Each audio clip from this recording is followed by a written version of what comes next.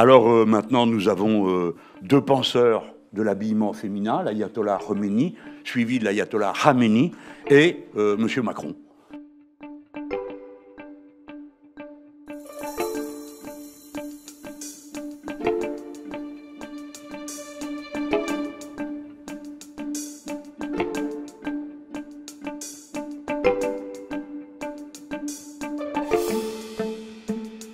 Alors dans cette interview, Emmanuel Macron aborde tout un tas de sujets comme les féminicides, l'égalité salariale aussi, et il réagit également à la polémique du croc-top. Oui, ce vêtement moulant qui s'arrête au niveau du nombril, et bien tout comme le ministre de l'Éducation Jean-Michel Blanquer il y a plusieurs mois, Emmanuel Macron se dit hostile au crop-top à l'école. Je suis plutôt tenue décente exigée. La volonté de choquer n'a pas sa place à l'école. On peut tenir compte de la part de fantaisie d'un ado et tenir bon sur certains principes, conclut le président.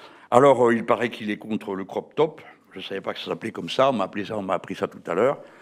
D'abord, j'ai pas voulu le croire. Oh, sérieusement, j'ai cru que c'était une blague de mon équipe pour rigoler, quoi. Et non, il a réellement dit ça. Alors maintenant, nous avons deux penseurs de l'habillement féminin, l'ayatollah Khomeini, suivi de l'ayatollah Khamenei et M. Macron, qui décide quelle est la longueur à partir de laquelle une jeune femme ou une jeune fille ou une fillette se comporte d'une manière décente ou non. C'est tellement incroyable que je pense que la plupart d'entre nous en restons sidérés et qu'on se demande même si on a envie de polémiquer sur un sujet pareil. J'en resterai à un point.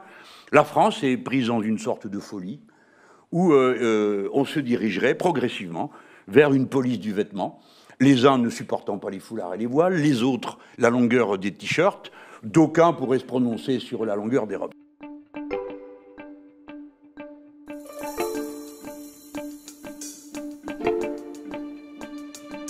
Là où certains sont obsédés finalement par le corps des femmes, moi je suis obsédé par les droits des femmes. Voilà. Ma mobilisation, elle est là-dessus.